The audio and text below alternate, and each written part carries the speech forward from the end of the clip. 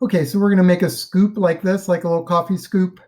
So we're going to build it in this orientation because, again, I think that makes sense. Sort of build it the way you would hold it, not upside down or vertically, but sort of along that direction. So in order to do that, I forgot one quick thing, so I'm splicing it in. Remember, you always need to name your file at the very beginning. Just good habit to be into. So click save up a little floppy disk up here, if you guys even know what a floppy disk is, and name it with your last name and scoop. Oops, not working. Last name and scoop. We are going to start with a sketch of the cylindrical part of the little scoop part. So create sketch, and we want to do it on the ground plane, the green-red plane, the XY plane, whatever you want to call it. XY is the official name. So make sure you click on this. If you need to spin around a little to catch it and not catch this one by mistake, do so. And then we are going to draw a circle. C would get you there. I'm never going to use keyboard commands just because you can't see my keyboard. And then I'm going to make sure I'm right at that origin, that the green box is right around the origin, and then just drag outwards and type in 46 millimeters, 46. Okay. And then I am going to finish my sketch. And I'm going to say Q, press pull. And I'm going to tell it I want to press pull this into a cylinder. And the cylinder is going to be 15 high. The extent is the distance. It's one-sided, it's not symmetrical, nothing really complicated about this. It's got to be a new body because there is nothing to join to.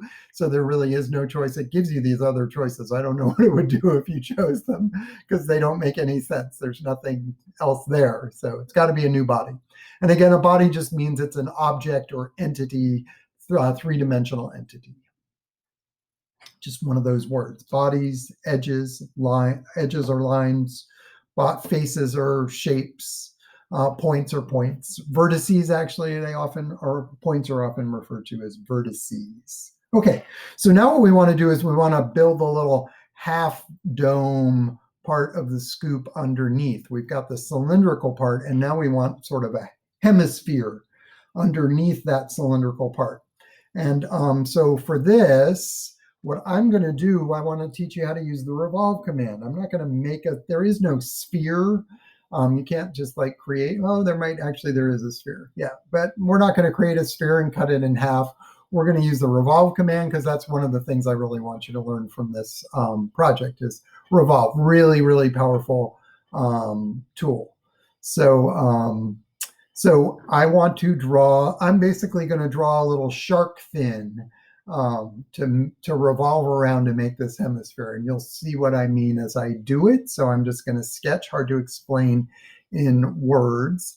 And this I want to do on one of the vertical planes. But you'll notice my origin, the way I'm zoomed right now, if you're zoomed in at all, the origin's not sticking out. And it's impossible to choose those planes on the origin, those main work planes on the origin, because the face is in the way. And if I click, it's going to choose the face. So I need to zoom out until those are sticking out. And then so we're all doing the same thing. Choose the green, blue, the YZ plane, the one not closest to you, but this vertical plane. So again, zoom way out until you can choose the plane and then choose that plane. All right. And then you could zoom back in. And again, notice how it zooms to where my arrow is, which becomes really useful when you understand how to do it. So now what we're going to do is we're going to draw a line straight across the radius of this cylinder. So I'm going to choose the line tool, which is curvy looking here, but you're generally drawing straight lines. L does it fine. And once again, I got to be right exactly on this origin or these things aren't going to work together. And then I'm going to click and I'm going to drag over without my mouse button held back down until I get to this endpoint where there's a green square and it's obviously right on the corner if there's a corner of a cylinder. You get the idea. Okay, and I'm going to end my line there and click. Okay, and then it's going to keep wanting to draw lines if I move my mouse around, and we don't want to draw another straight line, so this would make me crazy. So I'm just going to hit the enter key to tell it except I'm going to hit the enter key before I start drawing new lines. And if you did what I did, just hit Control Z and get rid of that second line. Okay, so I'll do this again just so it's not so confusing. I'll go here, draw a line, and as soon as I click to finish the line, you can also come down here and hit this check mark. That's a nice way to do it, actually. Hit the check mark and tell it you're done with the lines. Because, it's a nice thing that it will, because a lot of times you do want to draw a lot of lines and you don't have to keep typing L, L, L. So it is actually a nice thing, but right now for this, it wasn't a nice thing. So now what I want to do is I'm going to create an arc that goes from this corner up to the y-axis up here, okay? So that is under create, and there's a bunch of different arcs. But what I want to choose is the center point arc because it's going to be centered on this point. And you can play with other arcs. There will be times you'll use the tangent arc. I know that. I don't know how often you'll use the 3-point. So center point, they each have their own kind of make things easier. So this is my center point. I'm going to click there. And then I need to tell it where the end of the arc is. So it wants me to specify the center point it's going to kind of revolve around. And then it's telling me right now, specify the start point. So this is my start point. I'm going to click there. And then I'm going to just draw, and I'm going to have to zoom out so I can see what I'm doing. And in fact, if I'd zoomed out up there, it would have been better.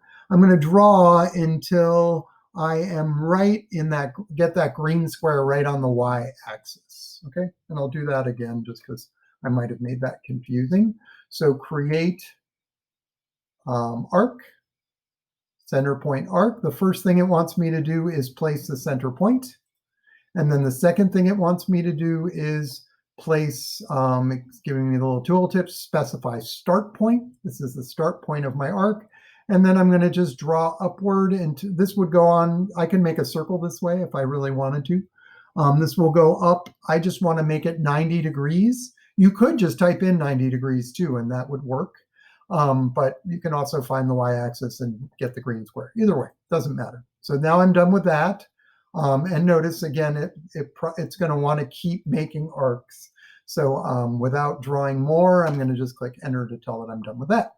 And now I need to finish my shape, my shark fin. So I'm going to go back to the line tool, and I'm going to draw a line from this point to this point. And again, they have to connect perfectly, or if the lines don't connect perfectly, it won't make a shape. So all 3 points need to be, there can't even be a pixel between them. If you didn't exactly choose the center point here and this end point here for the points of your line, this wouldn't turn blue. So it turns blue to let you know there's a face. I'll show you. I'll make one badly. So I'm going to draw from here, and I'm just going to end just barely before it. And notice it doesn't turn into a face or shape. Okay, so you've got to connect the points of each line to the endpoints of the other lines. Hit enter, and then you'll get a face or shape or whatever you want to call it. Okay, so now I am done building the shark fin that I'm going to use as my profile, they call it, to revolve. So go ahead and click Finish Sketch, and then I'm just going to click Home to make this thing spin around. But it's really upside down from the way I want it to be right now. So you could use your view cube or your right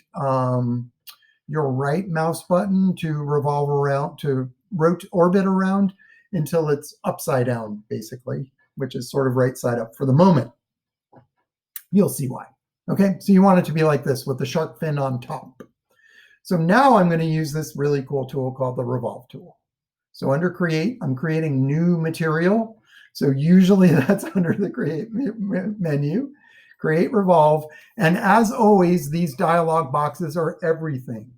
So there's only one profile, so it shows it automatically, but it won't always do that.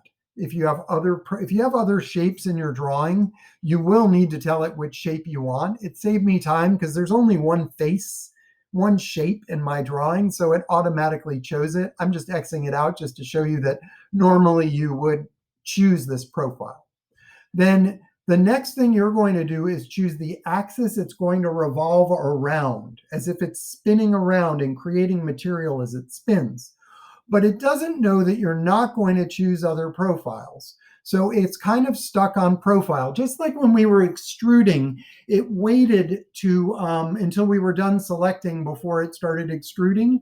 Here it's waiting for me to finish selecting profiles before it will let me select the axis. So this is a confusing place for some people. You've got to actually tell it, I'm ready to choose the axis by clicking on this button and turning it blue. Now it's ready to select the axis, and the axis is this center line that I created, this y-axis kind of line. When you click on that, it will automatically make a 360-degree revolve that revolves around and makes you new material. And this revolve is automatically 360 out of the box, but if the last thing you did was less than that, it would probably default to whatever you last did. You can change that here. You can do some other things with it too, like revolve to a certain point or revolve fully, which is the same thing as 360. You can revolve in two different directions or symmetrically, just like it is basically extruding. You're just extruding around an axis based on a profile instead of push-pulling back and forth. And once again, you could make a new body if you wanted this to be somehow a separate part from the cylinder, but we don't want that. We want it to join. Okay, so go ahead and click OK. And I just noticed once again, my visual style setting is still shaded from the last time I was working. So you probably want to see the lines. And as always, Fusion will show you the lines just so you remember what you did, right? So now I remember I made a cylinder, I made a hemisphere, and they're two separate parts, even though they're joined. Okay, so now I'm going to hit home to revolve back, to orbit wrap back around to the way I want to look at this now. So now I've got this solid scoop. It wouldn't really be very helpful with coffee at all right now, would it? So I need to hollow this out, but cut won't work. I could cut my cylinder. You know, I could make I could offset here a couple millimeters and make a cylinder inside of this cylinder like I did with the Lego piece. And then I could hollow out the cylinder, but that would just hollow out a cylinder into the hemisphere. That wouldn't work at all. I need to hollow out a complex shape that's both a cylinder and a hemisphere at the same time. Complex shape needs to be hollowed out. The good news is there's an awesome way to do this. It's under Modify, and it's called Shell. So it will actually, you could have shelled your Lego piece too, but in that case, offsetting, I wanted to teach you that tool. So now I'm teaching you the shell tool. So click on shell, and as always, your dialog box is your friend. It's waiting for me to choose a face or a body, something to shell. I want to shell this face, this up top of my scoop, okay? And now it just wants me to tell it how big I want the wall of the shell to be. And my bosses told me they want their scoop to be 5.5 millimeters thick, because that's the strength the engineers determined would be a good strength so that it would be strong enough and it wouldn't get crushed or melt in the dishwasher or something like that. And again, there's some other stuff here. Don't worry about it for now. These things generally follow the same basic idea, right? This is sort of symmetric, and this is going out, going in, just like with the offset. But we want to come in and click OK. And now you'll see you've got a nice hollow scoop.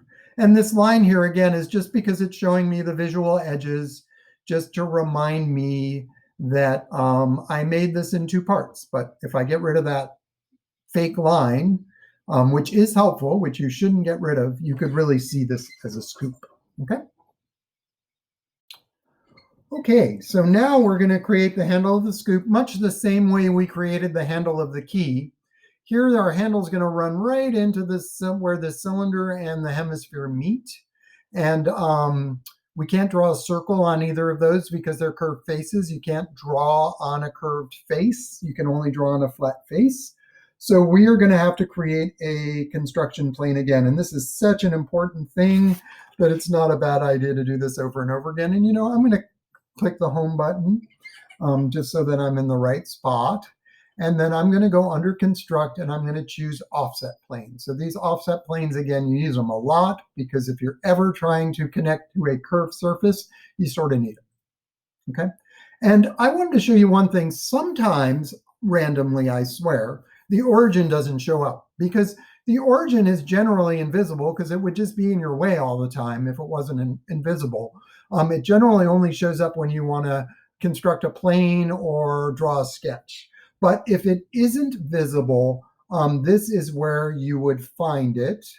And it's interesting because right now the eyeball is off, even though it was on, which is kind of odd. So if your origin's ever invisible, you would find it here. If anything's ever invisible that you want to be visible, that's where it would be invisible. Okay, so just in case you're, because I can't help you immediately like I can in class, just in case your origin isn't showing up, just turn it on with the eyeball. And then it's going to be stuck on. You'll have to turn it back off. I'll show you what I mean in a second. So I'm going to construct my offset plane. I want to go out this way, just so, again, so we're all doing the same thing. You could go the other way and it would work, but blue, green, YZ, stick with that. We're all doing the same thing. And this handle is going to go out 140 millimeters from the origin. Okay? And you won't be able to see it because it's so far out. So just click the home button and now you'll be able to see everything. And I'm going to invisible my origin because it was visible. You could also do the zoom to fit, which I showed you. That little zoom fit guy works well for this, but the home button is basically a zoom to fit. So either way will work. Okay, so now I have where I'm going to draw my end of the handle. So now I'm going to create a sketch. And I'm not going to choose one of the origin planes. I'm going to choose the plane I just created. And again, make sure you hit the home button so you can see it or zoom out until you can see it. And it should be looking like it's about this far away or you messed up. So make sure, go back and fix it if you messed up. Click there. And now again, you're drawing on the plane, but it needs to, you could draw anywhere and you'd be on that plane. That plane's actually not just a little square, it's kind of infinitely large. But we want to draw a circle and we want to draw it so it connects right to that point in our scoop. So we're going to click right on the origin where the cylinder and the hemisphere meet, because that's where we want our stem to meet. If we wanted it up higher, we could have drawn up here instead. I'll just escape. If we wanted it up higher, we could have drawn up here. If we wanted it down lower, we could have drawn here, but we want to draw it right where the cylinder and hemisphere happen to meet. So we're going to draw it right at the origin.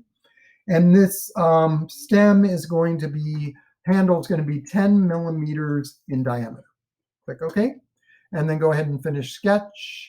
And if it didn't zoom around like that, hit home and it will. Okay, so now what we're going to do is we're going to extrude that back to the scoop. So modify, press pull. It wants you to select. We're going to select. We only need to select one thing. Our distance in this case, we could figure out exactly how far to go, but the easiest thing to do is not to stick with the extent as a distance, but the extent as to object. And then we're just going to click on the cylinder. I think if you click on the hemisphere, it's a little different. So click on the cylinder and it will go right to that cylinder and connect to it. Okay. I'm going to show you something a little cool about this though, which is, see this chain faces? I just wanted to explain this slightly obscure but important distinction between chaining faces and extending faces. And I'm not sure which yours is going to default to out of the box. And this also lets me show you how to zoom using the zoom window command. So if I do the zoom window command, if I just make a little window here, it will zoom right to that spot. Isn't that cool? Instead of having to zoom in with the arrow key. So that's just a navigation command where you, again, choose, instead of choosing zoom fit, you choose zoom window and draw a little window and it zooms right in. So you'll notice my cylinder has a flat end, and This is a complex shape. It's a cylinder up here, and then the curve is diving away on the hemisphere. So because it's a complex shape, Fusion doesn't quite know what to do, and it's guessed wrong because there's this weird thing here that would collect gunk and be gross over time in my kitchen. Maybe not in your kitchen, but in my kitchen, this would, and it wouldn't be a weak attachment too. So in this case, we want to chain faces, which means that as this is diving away, the thing that it's connecting to will follow it as it dives away. Sometimes you want it to, sometimes you don't. So you have those two choices depending on what you want. And once again, I want this handle to be part of my scoop. It's all one thing. It's all going to be made at once. I don't want to make it a new body because I don't want to make this in separate pieces, which I swear eventually we will do something like that. So go ahead and click OK. And I'm going to click home because I'm zoomed in like crazy right now. Okay, I think I'm done. I take this to my boss, and my boss says, this is kind of cool, but I think of that smooth surface is a little slippery, and we want to compete with OXO Good Grips. So we want things that look really stylish and ergonomic. And I'd like you to put grooves into that handle. And of course, the main reason I'm having you put grooves into the handle is so you can see what it's like when your boss doesn't like your prototype. And that's what this is right now, right? It's a draft that we call, in engineering, we call drafts prototypes. So they don't like your prototype and they want you to change it. And so what do? You go to your timeline, right? So in this case, the part of my timeline I want to change is I don't want this just be a simple circle that I extrude. I want it to be a circle with little arcs cut out of it. You'll see what I mean. So I need to go to my timeline. And again, as you go over these, it tells you what they are, but it doesn't really tell you what they did. So I know this is a sketch, but I can see the sketch light up with the black line. When I mouse over it, that line gets much darker, gets bold, to let me know that was the cylinder circle. This was the shark fin. And then this sketch was the end of the handle. So this is what I want to edit. So I'm going to right click and edit sketch. So now I want to make I want to carve little arcs into this beautiful circle. So I'm going to have you do this in a way that teaches you some new skills. So the first thing I want you to do is, we're in sketch mode because I said edit sketch. And it's part of the handle because that sketch was originally part of the handle. So what I want you to do is create a new circle, and then you don't have to do this exactly where I put it, but put it up into the left so I can teach you the skills I want to teach you, because you'll need to put it up and to the left to understand them. It's kind of hard to draw this exactly where I want it to be because it's not going to be half a circle I want. It's going to be an arc of the circle. So follow and you'll see what I mean eventually. So just draw a little circle and hold your mouse button down, start drawing, and then type in 3.7 and hit enter. And that is the size of the circle that I want, but it's not where I want it to be. So where I want it to be is right at the top of this circle. And the first thing I'm going to do is get it to line up right at the right above that circle so I can start teaching you constraints. So constraints will line things up. We did dimensions. It's a similar concept, except this is where you're lining up multiple objects. And we'll use a bunch of these over time. But right now, what we want is the horizontal vertical constraint, which will either line things up horizontally or vertically. And the reason I asked you to put it here, if you put it over here, it's going to default to horizontal.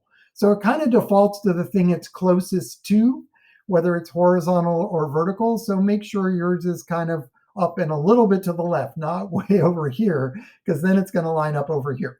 Okay, so horizontal, they don't have a horizontal constraint or a vertical constraint. They do it this way because they figure you're going to draw it close to where you want. Little trap pitfall there. So choose horizontal vertical constraint. And now what it needs to know is what two things are you lining up? So what I want to line up are the centers of these circles. So make sure you're not just clicking on the edge of the circle, and when you get in the center of the circle, the edge is going to light up, which is kind of odd. Make sure you're really pointing right at the center of this circle, which will be hard because it's small, and the center of this circle, which does light up because it's bigger. Okay, and it should line them right up on top of each other, and that's all there is to a constraint. So you choose a constraint, and then you click the 2 points that you want that constraint to apply to. So I want the centers of these 2 circles to be vertically aligned, right? So I choose the horizontal vertical constraint, make sure the 2 things are reasonably close to vertical so it doesn't align them horizontally, and then click on their centers so they're aligned. The next thing I want to do is I want to dimension these so that the centers are 5.8 millimeters apart, 5.85 millimeters apart, because that's where I've been told they need to be to get the groove that I want. Okay, so I am going to now choose sketch dimension, which is again D or here or here. Okay, and in this case, once again, I am dimensioning based not on the outsides of the circles or some other place, but the centers of the circles, just because that's what the parameters I've been given. So I want the centers of these 2 circles to be 5.8 apart. So I'm going to click on this center. I'm going to let go of my mouse button. I'm going to click on this center. Those are my 2 reference points for my dimension. And then I'm going to drag outwards to place my dimension somewhere convenient, right? The 3rd click is just to tell it where you want it to be on the drawing, because it's always going to draw that on the drawing for your reference. Okay, and then I'm going to type in 5.85 and click OK. And you'll see they line up just like that. So there's a little arc. This would have been impossible to draw by hand. You've got to use the dimensioning tool. So again, sketch dimension, click on the 2 reference points, and then without holding your mouse button down, drag out to where you want to place it, click a 3rd time, type in 5.85, and you're good to go. So now we've got our circle, but our bosses told us they want 6 grooves. So we need to repeat this circle. And remember in the Lego, when we wanted 8 circles, we used the rectangular pattern tool. Well, that obviously wouldn't work on a circle. So I'm guessing some of you have already guessed we are going to use the circular pattern tool. And I'm just going to zoom in so I can really see what I'm doing here. Okay. And you might want to do the same. So create circular pattern. Still in Sketch. If you create a lot of random sketches, it really messes things up. You got to stick with the workflow. So when you don't create a bunch of random sketches, these sketches all need to be part of one sketch. They can't be a bunch of different random sketches. Okay? And I'll help you with that. If you had trouble with that, that's a pretty common thing that people do by mistake. So circular pattern. So it is now, as always, your dialog box is your friend. It needs first to know, what do I want to pattern? So I want to pattern not this, if you don't choose the center of the circle this time, or it will literally make a pattern of dots, of centers. So make sure, it's kind of annoying. Either place I mouse over, it turns the outside blue. I wish it didn't do that, but it does. So just make sure you're pointing at the edge of your circle and not down here where you're catching this circle by mistake. Make sure you're telling it you want the edge of the little circle. Okay, and once again, you might want multiple objects, so it's waiting for you to select more objects. You need to move it along in the dialog box by clicking and telling it you're ready to select the center point. So the center point is what this is going to revolve around as it makes the pattern, which is the center of the big circle. Okay, so I'm going to click the center of the big circle. By default, I'm pretty sure this is out of the box. It wants to make 3. My boss said they want 6 grooves, so please tell it 6.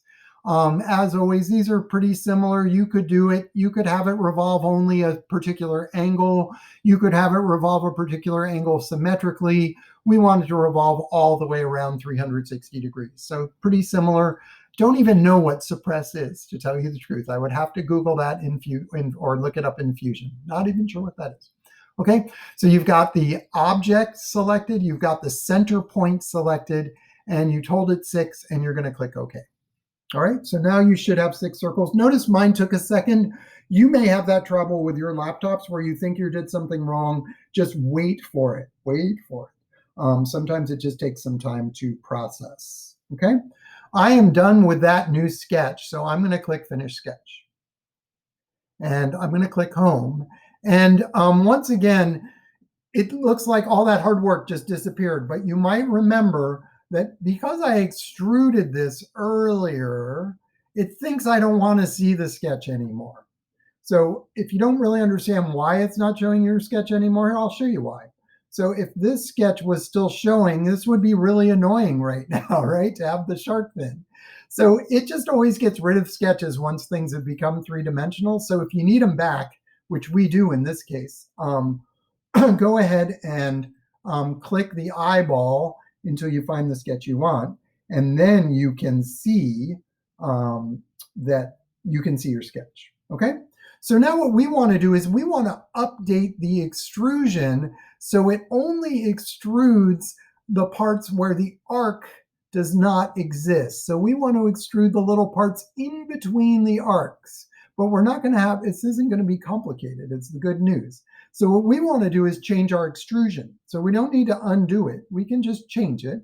So if you right click and say Edit Feature, you'll notice right now it by default is doing what it originally did, which is it has figured out how to select everything in the circle, which is the little pieces, all the little pieces that make up that circle, because they're now little pieces because we drew these little circles. So it's got these 7 things selected. Just X that out, okay? And that will undo the smooth cylindrical extrusion. Now click in the middle here, and it's smart enough to know that that's what you want, the parts that are contiguous, that aren't broken up. So it's going to try to select everything that it can that isn't complicated, right? So it's going to select that middle part, and when you click, it will extrude and make your grooved handle. And again, join is what we want. We want this to be all one piece. I'm going to click Home so that we can see this better. We do want it to chain faces, which it's stuck with from previously. And if you have trouble with this and just can't make it work, just raise your hand in class. I'll help you. Click OK. So now we've got our grooves and we're almost done. The next thing is our boss has told us that we don't want sharp corners. Almost no kitchen thing has sharp corners on it. We want to smooth out the corners. So we don't want to chamfer the corners. Chamfer is when you knock off a corner at an angle, like usually a 45-degree angle, like most furniture or a lot of furniture. Fillet is where you either are filling like we did when we made the key, or when you want a curved, you want to knock a corner off into a radius or a curve. So we want to fillet these two into curvy pieces instead of sharp corners. So modify fillet, and now it is waiting for me to select edges, faces, features, whatever it is I want to fillet. I want to select I'm going to do 2 things at once because Fusion makes that so easy. I'm going to fillet this, and I'm going to fillet this at the same time. So I selected both of those, and it took a second. It actually paused, so I thought I'd done something wrong. And then this, you just want to be 0.5. If you make this too big, here, I'll show you what happens. If you make it 4, that's bigger than the wall itself, and it's going to freak out, and it actually should have given me an error message because it just doesn't make sense. It didn't. I don't know why. Should have even given me an error message because the wall itself, I think, was 2.5. So you can't fill it bigger than the material that you've got. So I'm filleting both those round edges 0.5. There's still lines here because I've got the visible edges showing, but that is it for my fillet. Oh, and by the way, all these circles are still showing because I wanted to see them for a while, and so it's kind of stuck with that. Now I'm going to turn off that sketch because that's going to kind of confuse me now. All right. The other thing I want to do is I want to, I don't want these to be sharp either. I want these to be curved, and this just makes you see how tedious Fusion can be sometimes. So sometimes you want to select a lot of things and a window select or some of the other shortcuts to selection just won't really help you, and you just got to do them one at a time. So I want to do every one of these vertical lines on the groove. So I'm going to click that one. The good news is once fillet, I chose modify fillet. Once fillet is selected, I don't need to hold my shift key down. I can just click on these one at a time. You might want to zoom way in so you can see what you're doing. Okay. And then you'll notice as I go down and around here, it will sometimes show me the lines that are invisible, but you might want to just row orbit around as you go. And this really gets you, again, the skill you need of selecting and orbiting and selecting multiple things. Unfortunately, you're going to be doing a lot of this. And the good news is they turn blue when they're selected. When you're all done, you should have 11. Okay, just to give you a little tip on that. And then this, once again, we're going to make this 0.5. It's not a big amount. Click OK. And now when I hit the home button, you'll see these are all curved. And again, really to see this best, if you really want to judge your work, turn off the visual edges so you can really see what those curves look like without the lines, and then turn them back on again, because you would have had an impossible time selecting all those vertical lines if you had not, if you had chosen to not see the vertical edges. Okay, and if you have trouble with that, just undo it and just work at it. I made it look a lot easier than it is because I'm pretty good at this. It's pretty hard. Now what we're going to do is we are going to create a chamfer just so we can do something different from a fillet. And again, the chamfer, instead of curving on a radius, the little knocking off the corner, it does it in an angle, 45-degree angle. So in this case, I don't want, chamfer has a little bit of artificial intelligence, and I don't want to select all these different pieces first before I chamfer. I want to select, although I can show you a little trick with that. So if I move around, I just want to show you how to window select in case you did want to do this ever. We'll probably do this again some other time, but this is a really important skill.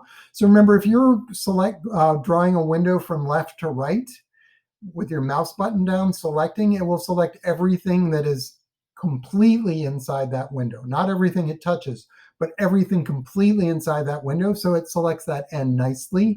If you go left to right, right to left, it'll select everything it touches, which is really useful sometimes too. Okay, so you could select the end of this first by doing that instead of going to each one of these and shift clicking and selecting, right? So just a quick one. But in the case of chamfer, and fillet too, if you have a flat surface like this, it just assumes that you want to do the whole flat surface. It has a little bit of artificial intelligence.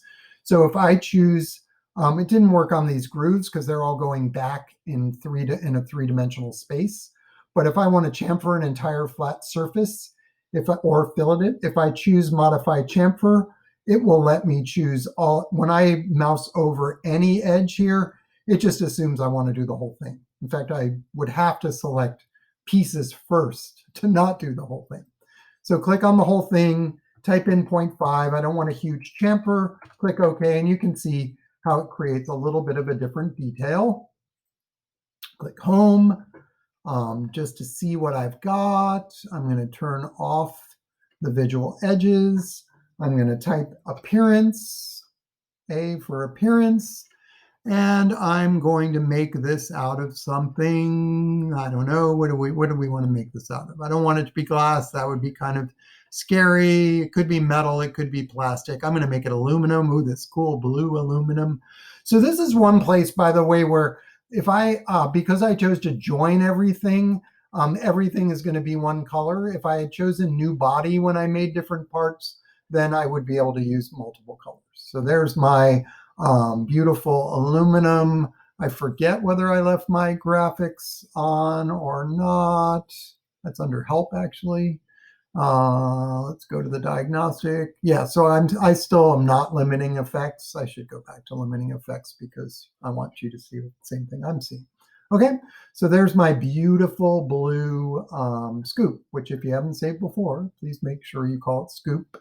And remember, every time you open it, you might be in V3 because you might have opened this. I did this all in one sitting. You might not be able to do that. You might be looking at V3. That's again just so if you really mess up and you don't know how to fix it, you can go back at least to a previous version and only lose this session's worth of work.